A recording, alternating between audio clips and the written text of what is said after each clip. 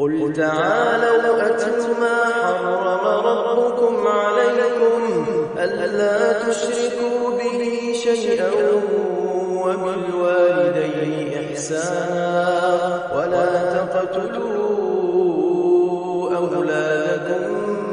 من إملاق نحن نرزقكم وإياهم ولا تقربوا الفواحش ما ظهر منها وما بطن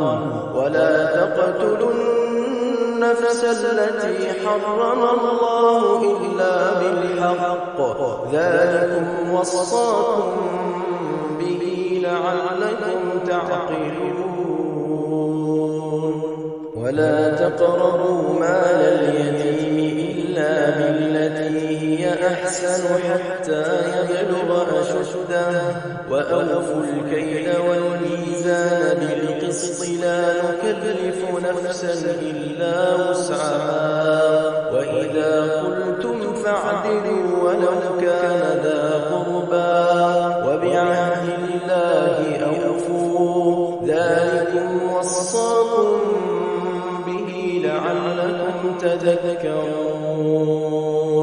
وأن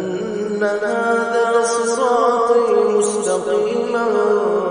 فاتبعوه